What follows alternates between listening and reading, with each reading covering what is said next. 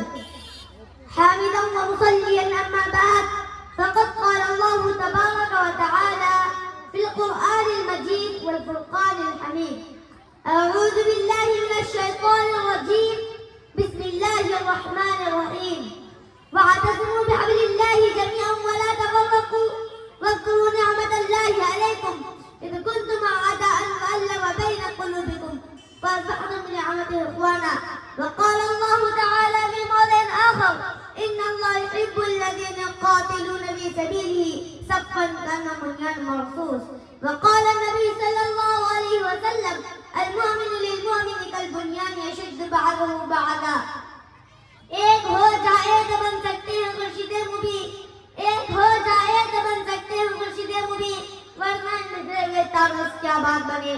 امت مسلمہ کے لوگوں، جب ہم اپنا اسلاف کے درگشندہ وطابندہ اور تابناز ماضی پر نظر ڈالتے ہیں تو ہمیں حکومت و ثروت، جاہ و منصب، عزت و شرافت، اکرام و تعظیم اور یہ کہ ہر اچھائے نظر آتے ہیں جو ایک عالی اور بلند اور قوم ہونی چاہیے. وہ ہم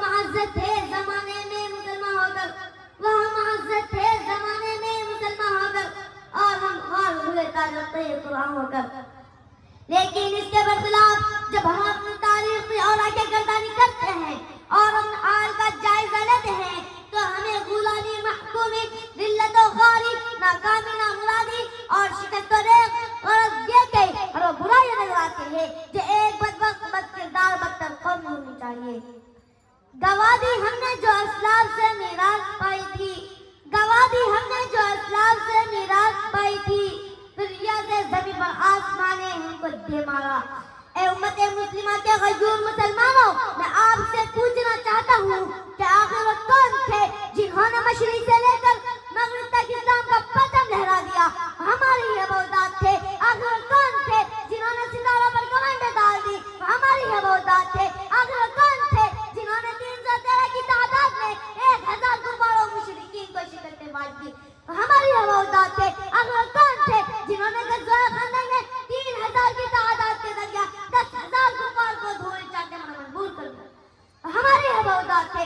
آخر وہ کون تھے جنہوں نے میدان خیبر میں یہودیوں کے دلوں پر اسلام کا پرچم لہرا دیا تھا؟ ہماری یہ بغداد تھے. آخر وہ کون تھے جنہوں نے جنگ موتا میں 3000 کی تعداد کے ذریعہ 2 لاکھ مشرکین کے قدموں کو ہلا کر رکھ دیا تھا؟ ہماری یہ بغداد تھے. اے امت مسلمہ کے غیور مسلمانوں، میں آپ سے پوچھنا چاہتا ہوں کہ آج دنیا کی سب سے بد اور کمی مقام کون ہے؟ تو جواب ملے گا وہ مسلمان ہے. آخر کون ہے جو اتنی بڑی تعداد میں ہوتے ہوئے بھی لوگوں اور دشمنوں نے اسلام کا مذاق بن کر رہ گئے ہیں؟ تو ہم ہی مسلمان ہیں. آخر کون ہے جن کے ناموں کو سن کر دنیا کانپ اٹھتی تھی، آج انہی کے ناموں کو سن کر مذاق اڑایا جا رہا ہے؟ ہم ہی مسلمان ہیں. اے مسلمانوں، میں آپ سے یہ بھی پوچھنا چاہتا ہوں کہ آخر وہ کون سی تھے جس نے ہمارے آباد کو دنیا تک پہنچا دیا تھا؟ آخر وہ کون سی چیز تھی جس کی وجہ سے دشمنوں کے قلم لڑکھڑا جاتے تھے؟ آخر وہ کون سی چیز تھی جس کی وجہ سے مسلمانوں نے روم اور ایران جیسی سپر پاور طاقتوں کو دھوئے چاٹنے پر مجبور کر دیا تھا؟